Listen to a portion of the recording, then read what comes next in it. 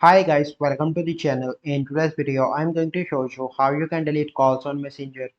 So before getting into this video, must subscribe to our YouTube channel and click on the bell icon. So the first step you simply need to do is to open Messenger. So here you can see that I make two calls here and one call here. So once you hold, there is no option to delete. So how you can delete that? You simply need to click on the call section, and here you can see calls that I recently made. You simply need to, so you can see that once you click, it will redirect to this page. So how you can delete? So you simply need to click on that and click on three dots, and there is, you can see, only option of delete conversation.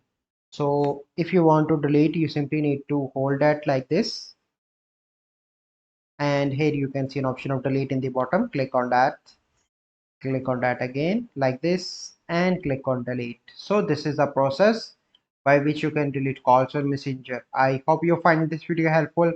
If you find this video helpful, must like this video, subscribe to our YouTube channel for future videos. We'll see you in the next video. Thank you, have a good day.